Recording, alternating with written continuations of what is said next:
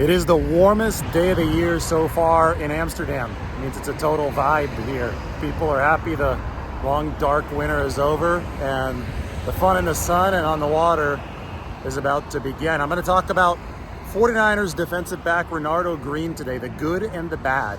It's a series that we're doing here across Europe for all the 49ers draftees. Renardo Green played both cornerback and safety at Florida State. So it was a 2-year stint at safety in between his time at corner, which to me is really, really interesting background on Renardo Green. A lot of people think that, with the 4.5 speed, which is not great, maybe he's better suited to play safety. I think that the 49ers really like the versatility from Renardo Green. I mean, so, just consider this player objectively across the board, the good and the bad. The good is that he plays like an absolute dog. I mean, the tenacity is off the charts for somebody like Renardo Green. But again, the athleticism isn't great.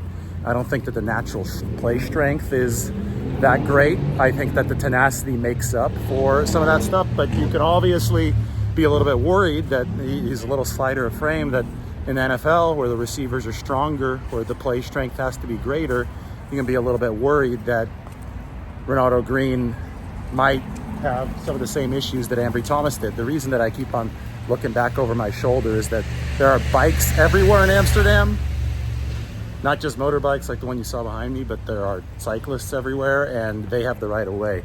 I don't have the right of way as I walk through, so I don't want to get run over like Renardo Green ran over some receivers back in college. But he hits so college receivers, the physicality was, I think, on point there. He did play like the dog that he called himself to be. Renardo Green called himself a dog like 15 times when Kyle Shanahan and John Lynch first called him. But the play strength might have to increase a little bit in the NFL. And, if he does get beat, the problem is that he doesn't have that great recovery speed. He's not a 4.3 guy. He's more of a 4.5 guy. But on his college tape, Renardo Green was in position much, much more often than he wasn't. So typically, he hasn't needed the 4.5 recovery speed. The issue comes up when he does need it. That's when he can either stay beat or that's when he does commit a penalty. So that's why Renardo Green was a polarizing prospect in the scouting community. Some people think that he'd be better suited at safety, where he was for those 2 years at Florida State. Some people think better suited at corner. I think that the 49ers, they see the potential best of both worlds here. They're talking about him as an inside-out cornerback, so he could play nickel and can play outside. They think he's got that type of adaptability, and I think they see the safety background as something that, helps Renardo Green have that potential adaptability in the NFL. Nickelback, outside cornerback, maybe even safety mixed in. Well, that's a position that that's a position that Brandon Staley, the 49ers whiteboard guy this year on defense, he's employed in the past, right? The star position with Jalen Ramsey, that was back in the LA year, 2020. Then the star position with Derwin James, which was more of a safety nickelback hybrid, whereas you looked at the position with Jalen Ramsey, it was an inside-outside cornerback hybrid. Maybe you look at a player like Renardo Green, and you see a hybrid that could work between all three of those positions, safety, inside, and outside cornerback. He has the unusual playing background, right? The unusual background of having played a full 2 seasons at safety and then those seasons at outside cornerback. And he's got the mentality, the 49ers believe, to play at that nickelback position, because that, nickelback does require the dog to be in the play. We talk about Deommodore Lenoir. He plays inside and outside now for the 49ers, right? He's got that versatility. They call Deommodore Lenoir, and he calls himself the hyena. He's a scavenger. Well, the way that Renardo Green was talking about himself as a dog repeatedly over and over and over again, he meant that as a testament to his grit as well. I mean, I think it was his conversation with Daniel Bullocks, 49ers defensive backs coach. And Renardo Green told Daniel Bullocks that you wouldn't want to get in a fight with me. And Bullocks goes, why? And he says, because I fight like a dog, which means I fight until the death.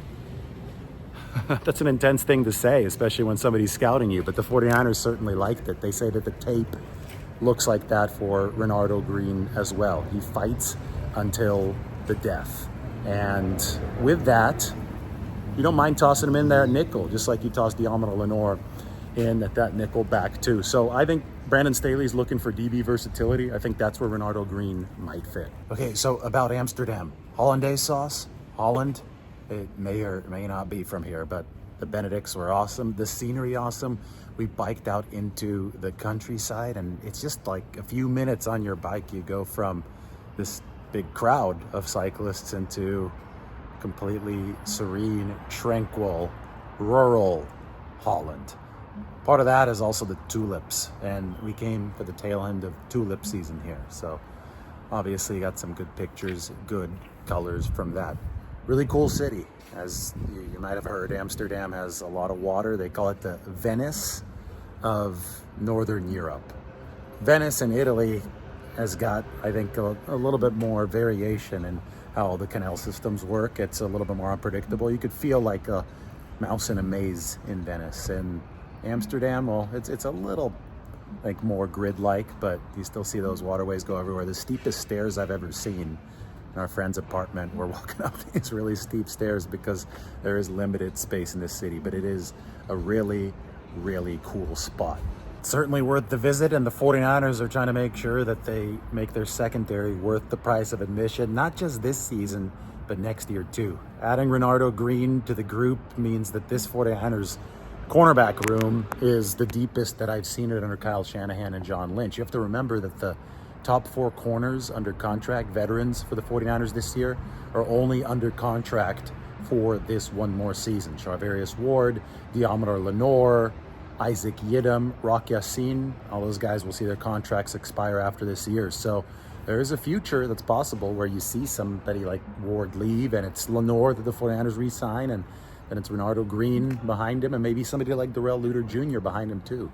He's another youngster that is trying to make his way into a position where the 49ers can trust him in that defensive backfield. But either way, I think that versatility on the back end is how the 49ers want to evolve as a defense.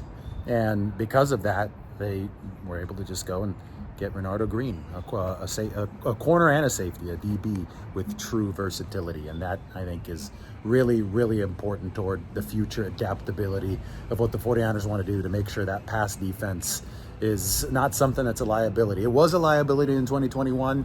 They fixed it since then by signing Charvarius Ward, but there's work to do in that defensive backfield to sustain it. She wants the race. Oh no! Oh no! She's pulling away. We gotta catch her. I'm gonna film an accident here.